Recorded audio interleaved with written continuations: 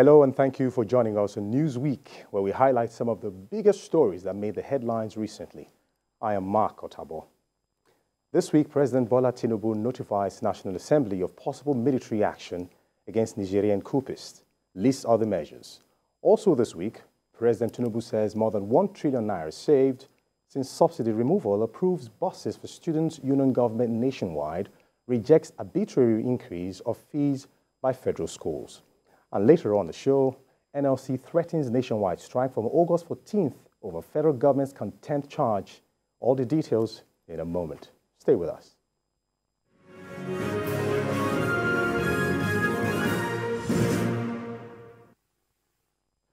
Thank you for staying with us. Now, following the tense political situation in Niger Republic, President Bola Tinubu this week notified the National Assembly about ECOWAS' proposed military action and other sanctions against the military officers who seized power in the Niger Republic.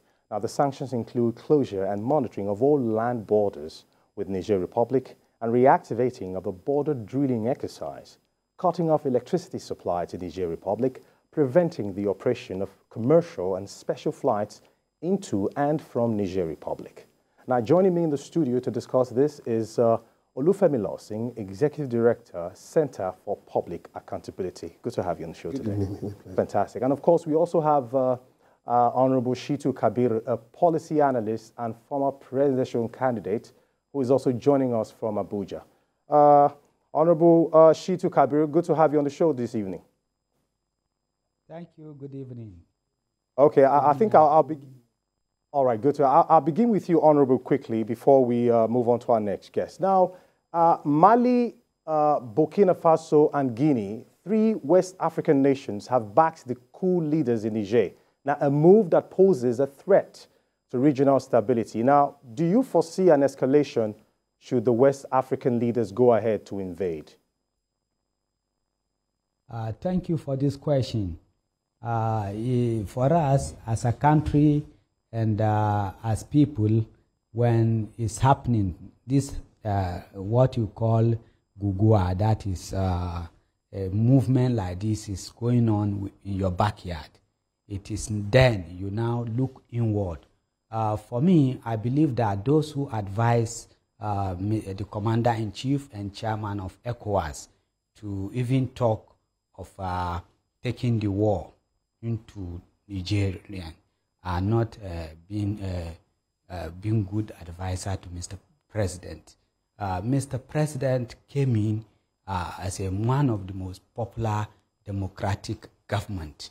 And when Nigerian matter happened, what we should do is to look at what are they asking for. Why the coup? What lead to that? Yes, it's a coup. We all condemn undemocratic takeover of government all over the world. We condemn it. We are Democrat. I'm not a military, so it won't serve me if a military come. And we've seen in the 80s and 90s what happened to those that support military government. But the reality on ground is that these people have turned it to say that they are only fighting new colonialism, and they don't want to be at the capsize of any others. So what we should do as a country and as people, because every 3 Nigerians, you see 1 is a Nigeria. We are too tight, and Nigerians have been with us during our hard times, even during the war. You find out that all other Francophone countries, most of them they are not with us. And in fact, they are hostile to us. Look at Cameroon, look at other existing. This is the only country that have been stable, have been friendly, and be distant. So I think we should now look at why, and then profile a solution.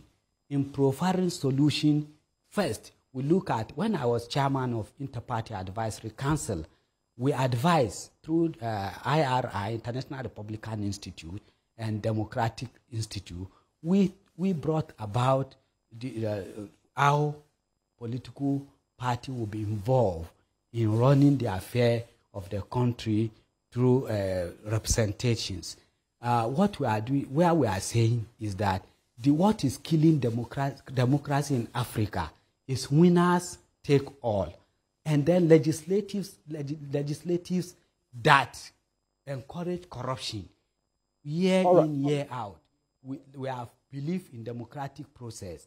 But all right, Honorable, thank you very much. Olufemi Lawson, obviously, he's saying that what should have been done is get to understand the situation properly, the preferred solution. But what we are asking here now is 3 West African nations are saying, look, we are in support of what is happening here. And should there be a reason why the West African leaders go ahead to invade? What are you expecting to see? I think first and foremost, it's important to correct the impression being spread around, including our Honorable opened this statement. President Tinubu is not declaring war on Niger. Okay. We have to get that right. Clear, and the records must be said.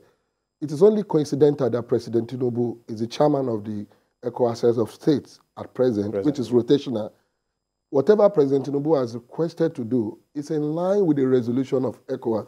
Like I said, it's only coincidental that the president is the chair of ECOWAS as he sits. But it is not the decision of President Tinubu.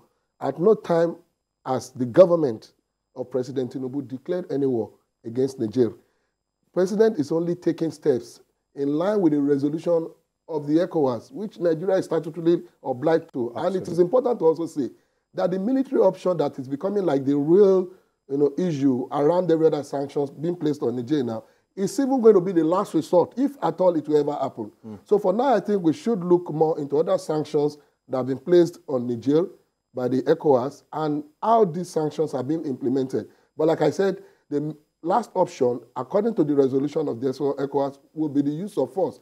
And it is not even on the table. Okay. The president have only made that request, which he did a few days back, on the basis of that resolution. So Nigeria is not going to war with Niger. Okay. And Nigeria cannot take any singular action against Niger except in line with the resolution of ECOWAS. So for people who think, oh, Nigeria should not invade Nigeria, there's no war between Nigeria and Niger. Okay. Nigeria is only working in line with the resolutions of ECOWAS in the interest of safeguarding democracy in the region. Okay, why you establish that? Now, obviously, it's no longer news that the Senate rejected the president's request to asking military to be deployed.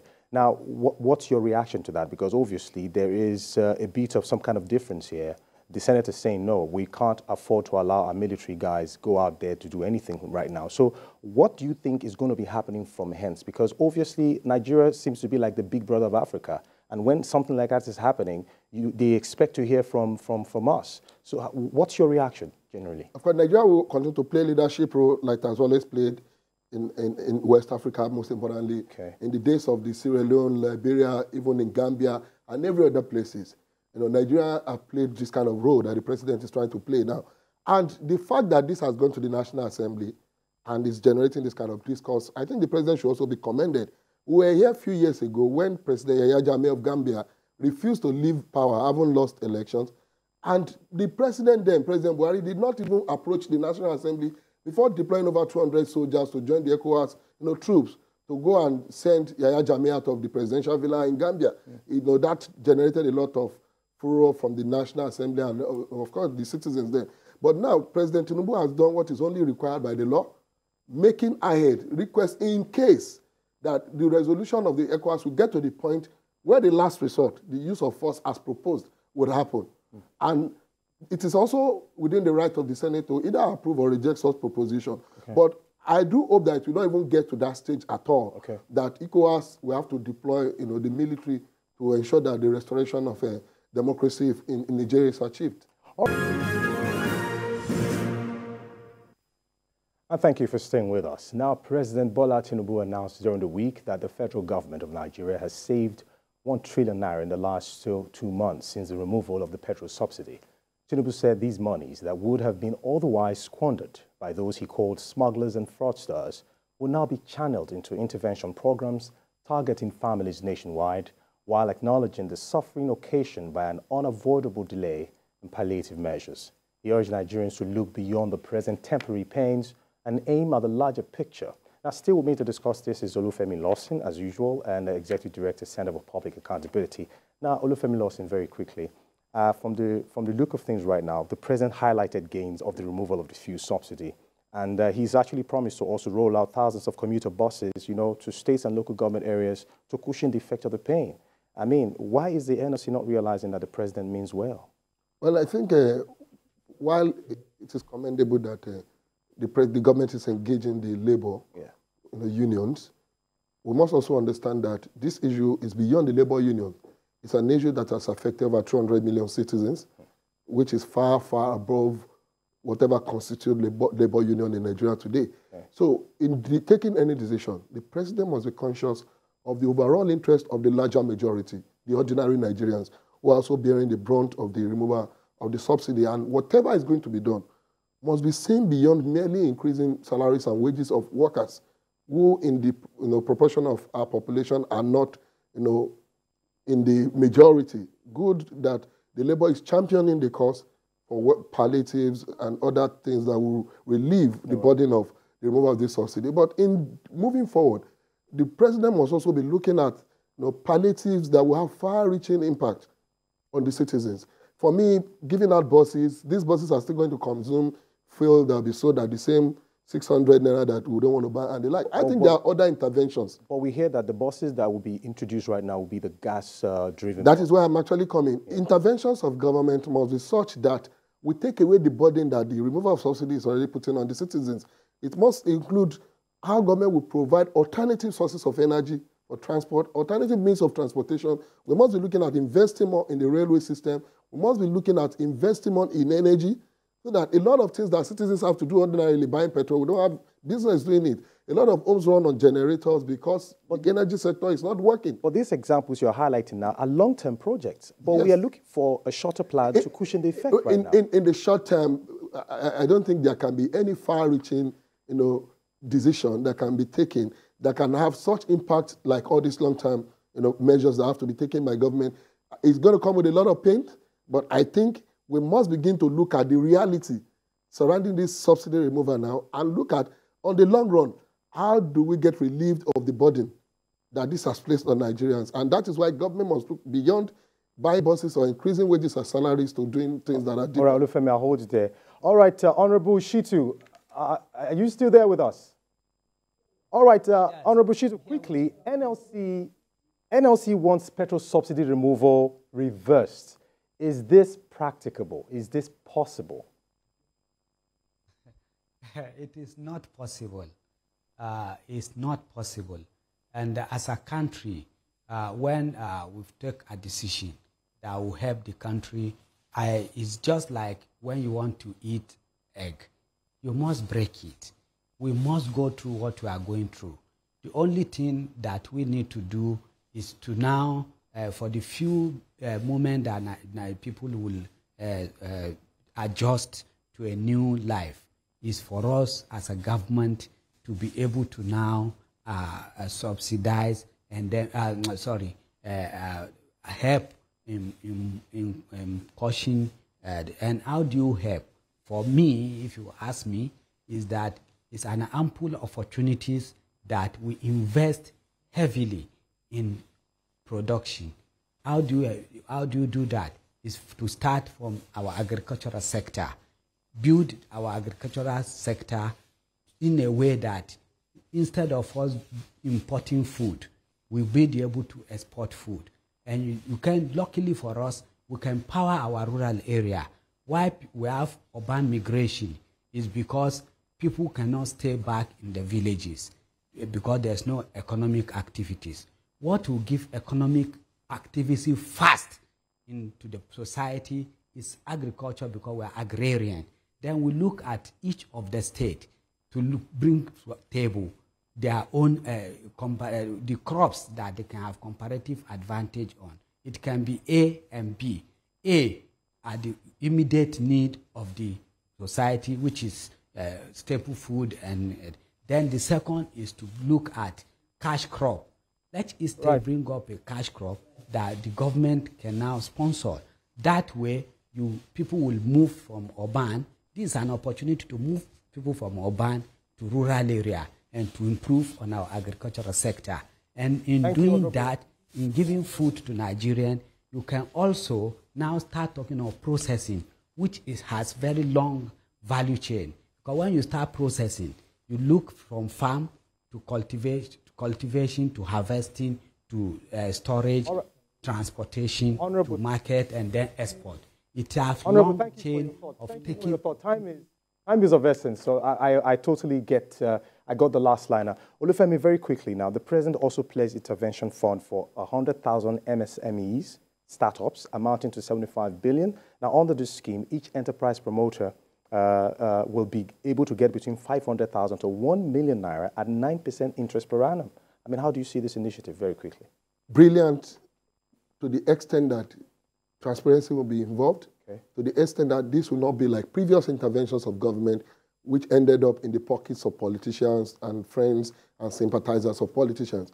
The president must devise a means that will make such intervention transparent enough to the extent that the ordinary person on the street of Ketu, on the street of Mokola in Ibadan, on the street of Sabongeri can access these funds without knowing one godfather from somewhere or the other in a transparent manner. This will further boost the confidence of the citizens in the government. Otherwise, this will just be another, national cake that is going to be shared by very few and will be of no impact at the end of the day. And the government will be seen as not have done anything. So the government must look at how this process is administered in a transparent manner to the extent that it will touch the real core people that actually requires this.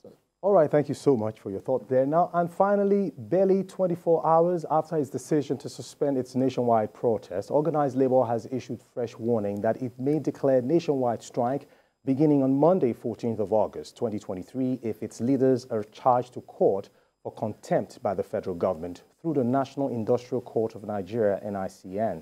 Now, during the week, after rising from a meeting of its National Executive Council, the NLC demanded the immediate withdrawal of what it described as litigious terrorism by the Federal Ministry of Justice before the end of work on Friday, August 11, 2023. Olufemi Lawson, obviously this is getting a bit escalated right now. It's getting heated already. Now, was it right for the federal solicitor to file a contempt charge against the NLC at this time? I mean, is a protest march the same as going on strike? I'm not a lawyer, but I clearly understand that whoever has gone to court to file for contempt against the nationwide protest which is a constitutionally guaranteed engagement that citizens can embark upon, is trying to put the government in a very bad light before. And you see, one of the first steps that this government must take is to purge itself of some of these tendencies of the past administrations, tendencies that are anti-democratic, including behaviors like these characters in the Ministry of Justice. There was an order restraining even the labor from going on strike, suspending works, not on protesting. And even this order cannot remain perpetual. If you are gone to court, there should be further steps that have to be taken. And already you are doing this, filing contempt at a time that the administration is engaging these same unions.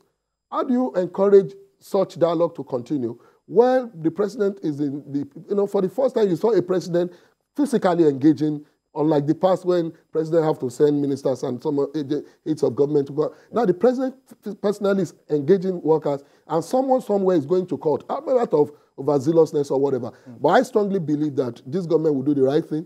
I'm very confident that even the president is not somebody that is supposed to protest judging by his background. And I'm sure this government will not criminalize protest like those people in the Ministry of Justice are trying to do. Right. So I'm very sure something will be done positively. Now, you just said now that obviously this the strike is, rather the protest was quite democratic. Yeah, sure. But now, won't this strike make matters worse for us as a people if they decide to embark on it? Well, I want to believe we may not get to the point where Labour will go on strike, because even if eventually Labour leaders are charged in line with what the Solicitor Office of the Solicitor General is doing, I think it will just end up as one of those normal exercises in futility. I don't see any substance in this, but I think we don't need to get to that point where Labour and government will have to go to the battlefield again, all for the purpose of this suit. Thank you very much. Honourable Shitu, please, are you still there? All right, yes, very fantastic. Now, the special advisor to the president on media and publicity, Ajuri, in a recent interview said that some of the demands of the NLC are a bit unrealistic. And he did say that, this administration, they are not magicians. I mean, how do you react to this new development? For us, our appeal is to the labor union that it's better to sit on round table and discuss and agree on terms that than to go to street. You add more pains to the masses. You can see we have enough in our hand. We are begging them as a leader of the labor workers. They should not plunge people, add into people's suffering. This is time that we need as a people to join hand with the government to be able to move Nigeria. We are the giant of Africa, and we must show examples. We must be able to be matured in implementing our policies.